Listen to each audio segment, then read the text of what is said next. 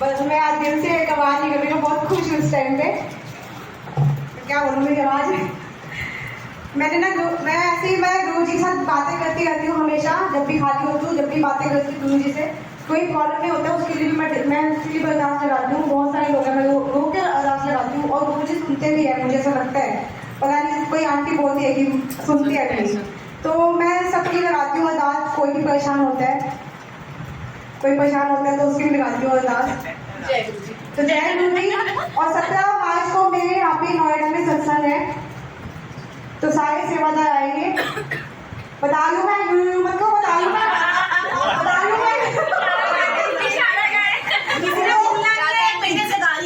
पहुंचना है, ठीक है? 1 महीना हो गया, यही प्यार है, बदल तो बदलवान लड़ेंगे। देखो, तेरी दीवानी दीवानी, तेरी दीवानी दीवानी, तूने क्या कर डाला, मर गई मैं डूबी मैं वो तेरी दीवानी दीवानी।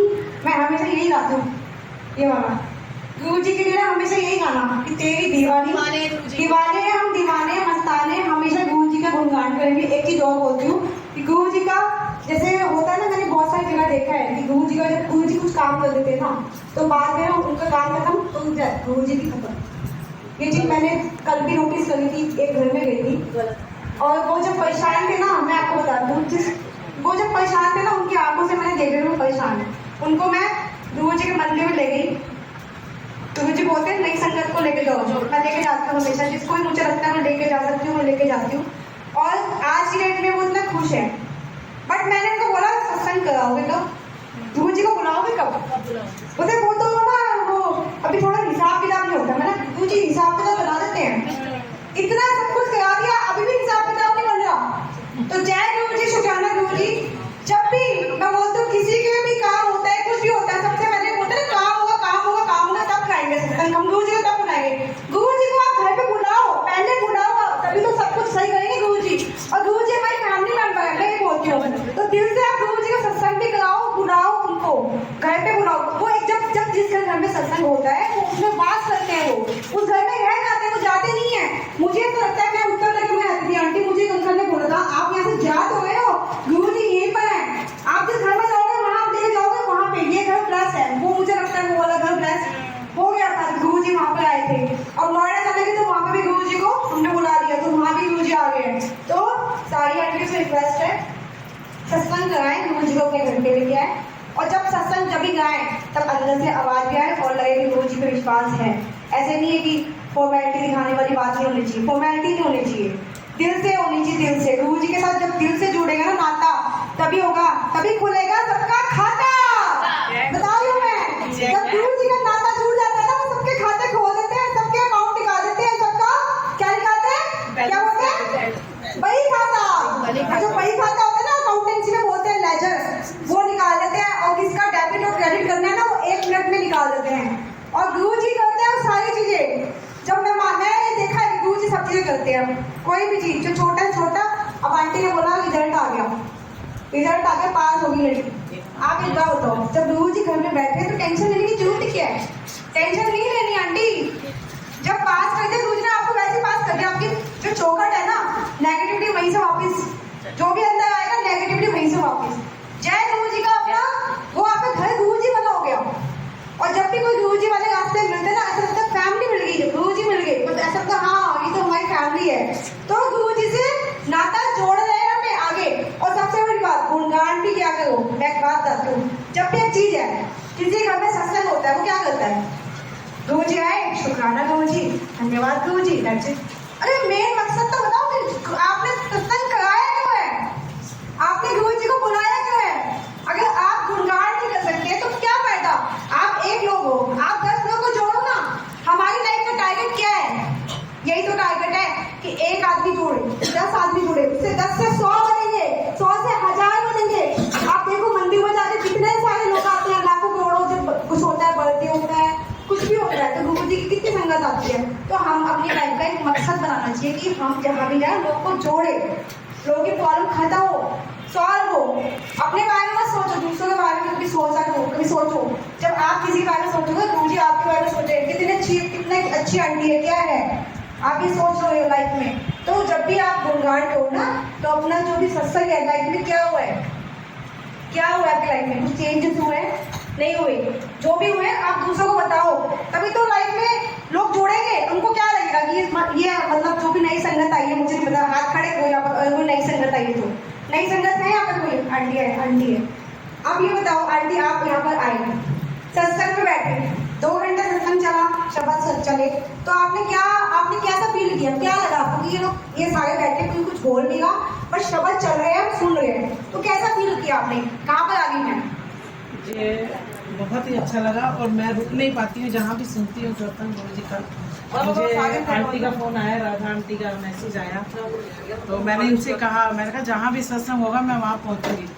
और आज हमारा सुबह कहीं सत्संग था, वो करके मुझे कहीं जाना था। मेरी बिटिया ने मुझे बड़ा प्रेशर डाला कि नहीं मम्मी आप आज थोड़ा सा कर दो, आप इतने दिन से रोज जा रहे हो।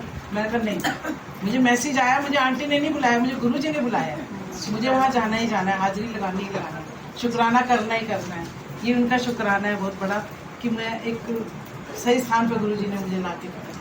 अब आप देखो यहाँ पर जितने लोग हैं, 50 लोग हैं, जो 40 लोग हैं, उसमें एक आंटी जुड़ी ना आंटी, तो यही हमारा मकसद होना चाहिए। हम जहाँ भी जाएं अपना सत्संग भी शेयर करो कि लाइफ में क्या हुआ है, तभी तो लोगों को पता चलेगा। अब जैसे कोई और भी गुरुजी होते हैं, वो अपने बताते हैं गुरु हमारी लाइफ में ये हो गया, चेंजेस हो गए, बट हम लोगों को बताएंगे तभी तो लोग जुड़ेंगे हमसे। हम गुरुजी का गुणगान करना चाहिए, आपकी लाइफ में, मेरी लाइफ में चेंजेस हुए हैं, तो मेरी लाइफ का क्या मकसद है कि हम बैठ जाए गुरुजी का हमारे हो गया, हम थैंक यू बोलते बैठ जाओ, नहीं, हमें गुरुजी का गुणगान करना है, गुरुजी का हमें लोगों को संगत बढ़ानी है। मैं चाहता हूँ यही है लाइफ। मैं इनको अपने साथ लेके आई हूँ। अब आप 2 जने हो गए, अब आप 2 जने जुड़ गए।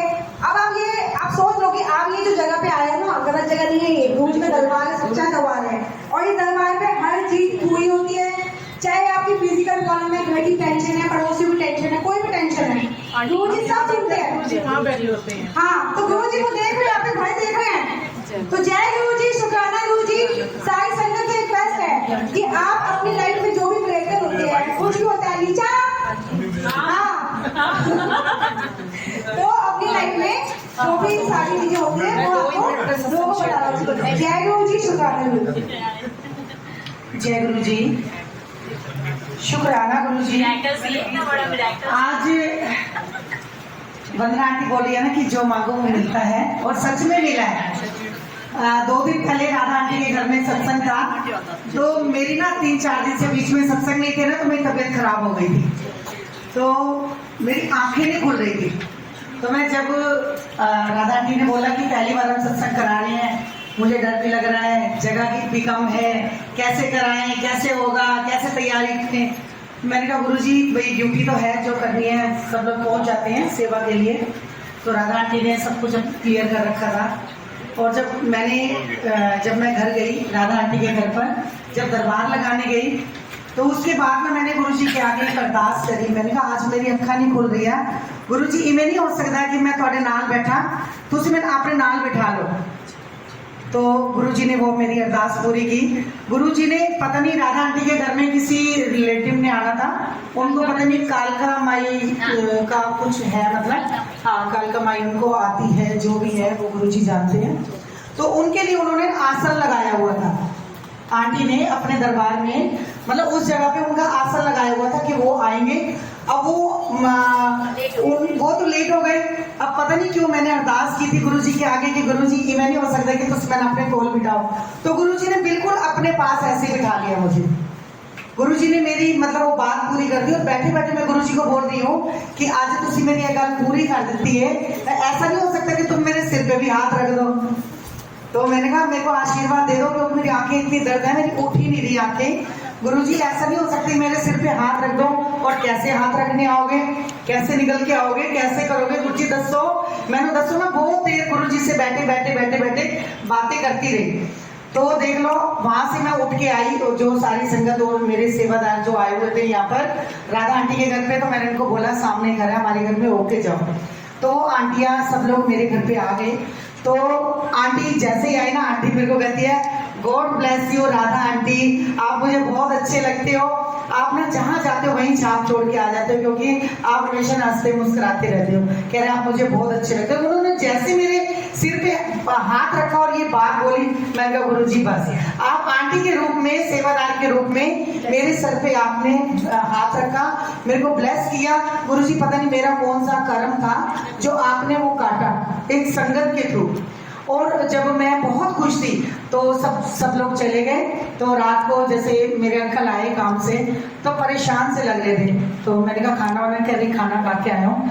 तो मैंने कहा परेशान क्यों लग रहे हो? कह रहे सवेरे मतलब मेरे को 20 लड़के, हमारा इवेंट का काम है, तो कह रहे सवेरे मेरे को 20 लड़के चाहिए और लड़कों का इंतजाम नहीं हो रहा। मैंने कहा लो गुरुजी ने आज मेरी 2 गल्ला पूरी की थी, क्या तुम्हारी बातें नहीं पूरी करेंगे? तो कह रहे नहीं गुरुजी तो तेरे, मैं क्या तुम्हारे तो है ही नहीं, जैसे मेरे ही गुरुजी हैं। कह रहे तेरी गाल सुन दे। तो मैंने कहा गुरुजी एना दी भी गाल सुन लो, एना दा भी विश्वास जाम जाएगा।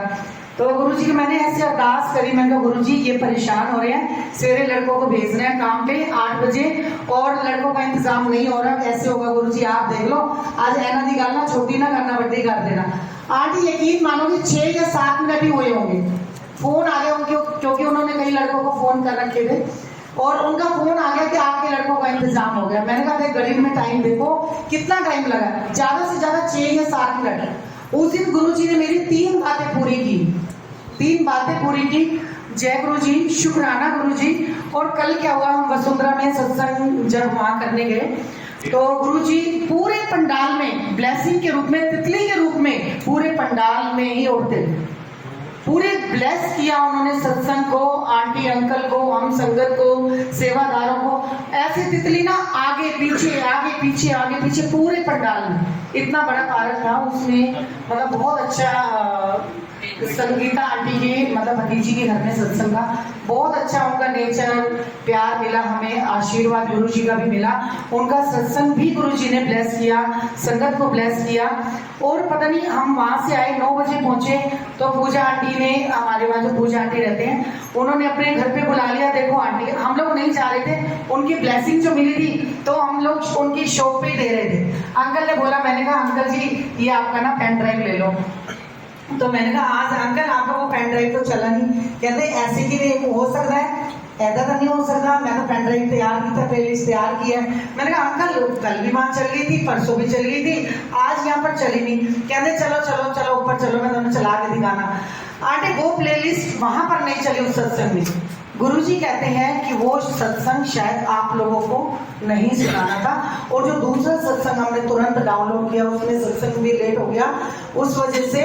और कई तैयारियां हो जाती, क्योंकि नई संगत होती है जो पहली बार सत्संग कराती है, कई चीजों का नहीं पता। 4थी मंजिल पे भी घर था, मगर वो आंटी इतनी अच्छी थी, उनके मतलब सब लोग घर के भी बहुत अच्छा उन्होंने प्रोग्राम कर रखा था और गुरुजी ने बहुत ब्लेस किया उनको।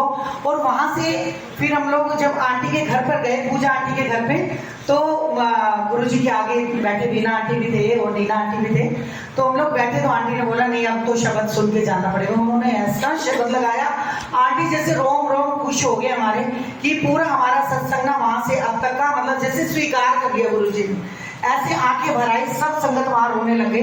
मतलब इतना प्यारा शब्द लगाया था आंटी ने। और गुरुजी सबको ब्लेस करते हैं, सबकी मनोकामना पूरी करते हैं। मैं ये कहती हूँ जो अब तक नहीं गया वो जाना शुरू कर दे, और जो जा रहे हैं वो रेगुलर जाते रहे। आप ये मत देखो आप चाहे किसी के सत्संग में भी जा रहे हो ना तो सोचो कि मैं बड़े मंदिर पहुंच गया हूँ। आप संगत को हमेशा यही बोलते रहो जय गुरु जी जय गुरु जी, तो सोच रहे हो कि आपका सत्संग और आपका दरबार लग गया, घर पे दरबार लग गया। आप सब संगत को जय गुरु जी बोलोगे, आपकी पूरी माला तैयार, आपके कर्मों की सफाई।